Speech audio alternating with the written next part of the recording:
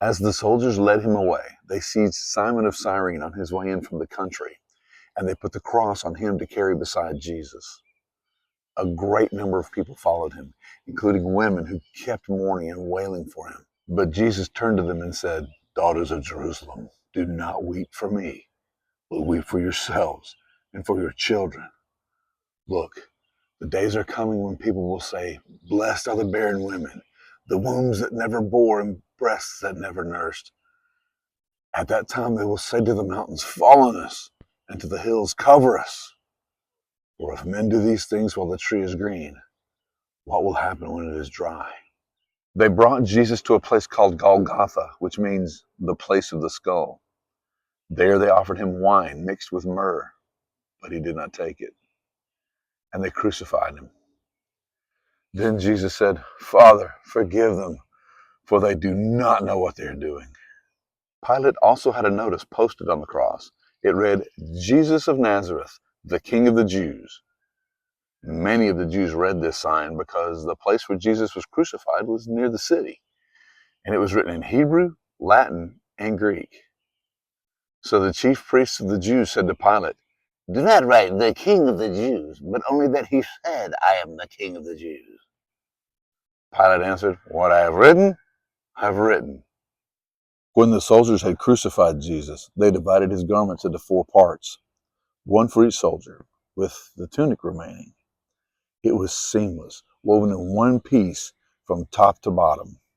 So they said to one another, "Let us not tear it. Instead, let us cast lots to see who will get it."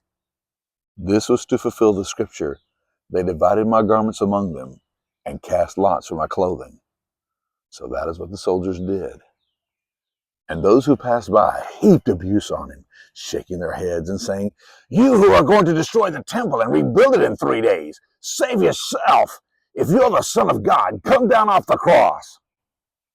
In the same way, the chief priests, scribes, and elders mocked him, saying, "He saved others, but he cannot save himself. He is the King of Israel. Let him come down now from the cross, and we'll believe in him. He trusts in God. Let God deliver him now if he wants him. For he said, 'I am the Son of God.'"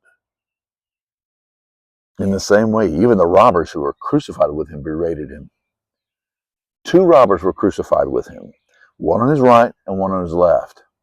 One of the criminals who hung there heaped abuse on him, saying, "Are you not the Christ?" he said. "Save yourself and us." But the other one rebuked him, saying, "Do you not even fear God, since you are under the same judgment? We're punished justly, for we're receiving what our actions deserve. But this man has done nothing wrong." Then he said, "Jesus, remember me when you come into your kingdom." And Jesus said to him, "Truly, I tell you, today you will be with me in paradise." Near the cross of Jesus stood his mother and her sister, as well as Mary, the wife of Cleopas, and Mary Magdalene. When Jesus saw his mother and the disciple whom he loved standing nearby, he said to his mother, "Woman, here is your son." Then he said to the disciple, "Here is your mother." So from that hour, this disciple took her into his home. From the 6th hour until the 9th hour, darkness came over all the land. About the 9th hour, Jesus cried out in a loud voice, "Eli, Eli, lama sabachthani," which means, my God, why have you forsaken me?" When some of those standing there heard this, they said, "He is calling Elijah." One of them quickly ran and brought a sponge. He filled it with sour wine, put it on a reed, and held it up for Jesus to drink. But the other said, "Leave him alone. Let us see if Elijah comes to save him." After this, knowing that everything had now been accomplished, and to fulfill the scripture, Jesus said, "I am thirsty."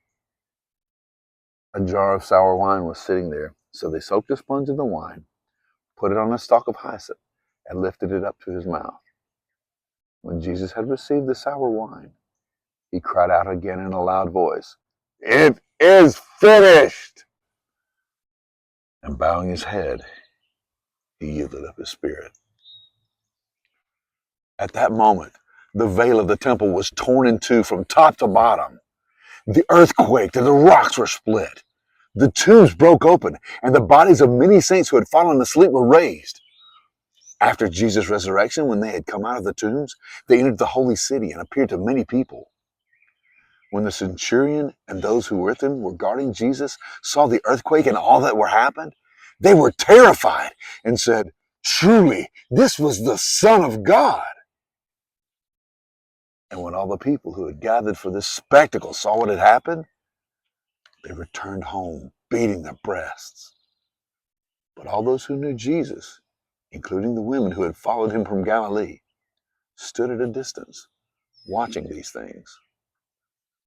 These women had followed Jesus and ministered to him while he was in Galilee, and there were many other women who had come up to Jerusalem with him. It was the day of preparation, and the next day was high Sabbath.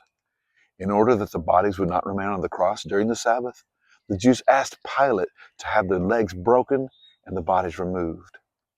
So the soldiers came and broke the legs of the first man who had been crucified with Jesus, and those of the other.